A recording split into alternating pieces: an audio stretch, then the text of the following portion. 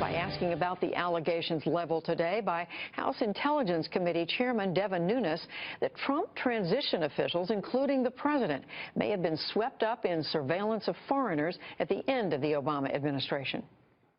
I know nothing about this. I was surprised to see reports from Chairman Nunes on that count today.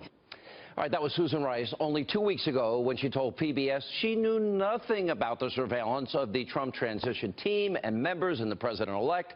Now, in a shocking turn of events, multiple sources now confirming that Susan Rice did know about the surveillance and was, in fact, responsible for the unmasking of Trump officials. Earlier today, when asked by the New York Times if he thought Susan Rice had committed a crime, the president responded, quote, "Do I think? Yes, I think." Joining us now with reaction, Deputy Assistant to the President, Dr. Sebastian Gorka. All right, you know a thing or two about intelligence, but you also know a thing or two about if somebody 2 weeks ago, I don't know anything about this, and then it's revealed she is doing the unmasking, she's got herself a huge credibility problem.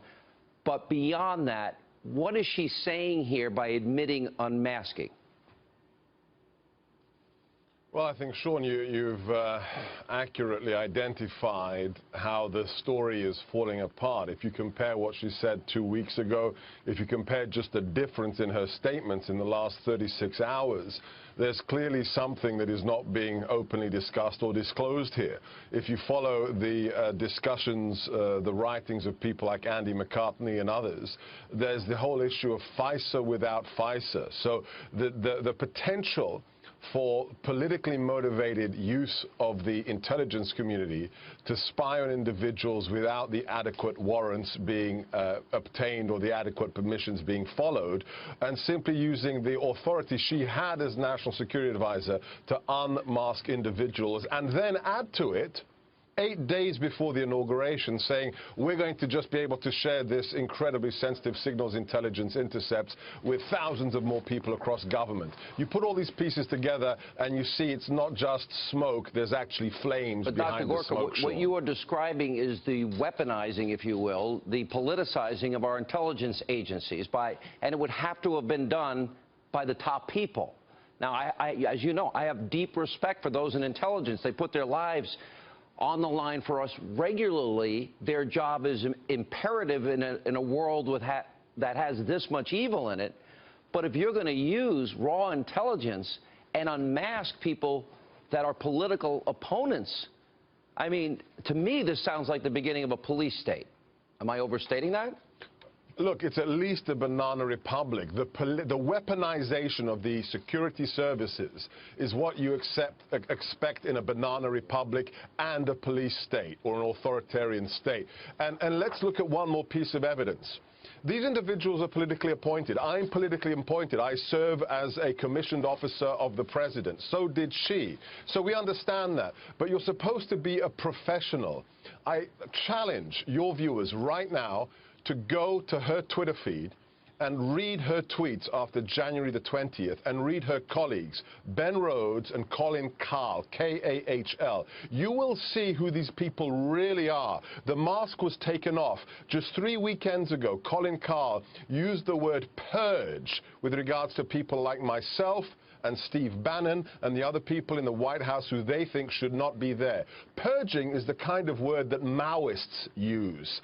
That's the kind of word that was used to get rid of people you politically disagree with, perhaps even in violent ways. So these people have unmasked themselves, Sean. But Dr. Gorka, it should be the type of thing, as I understand, to even have access to this information, this process of unmasking, that it is in a secure area, that you are escorted in, that every single bit of raw intelligence that you are looking at should be recorded. All of this should be available to the American people. Why is it not being released in the sense that we know, did she only ask for the unmasking of either candidate Trump, President-elect Trump, the transition team, members of his cabinet?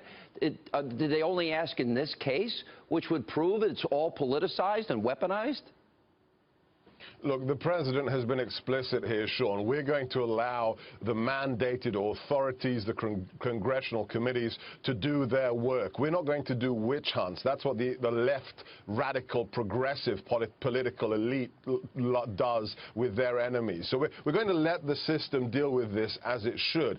But again, your guest, I listened to your radio show as I was coming in to the show today. You had a former operative talk about how it's not rocket science to engineer a network analysis of telephone calls, who's calling who. And if you want to attack me or Steve Bannon or Steve Miller or Kellyanne Conway, you say, oh, they regularly call their nephew in Canada.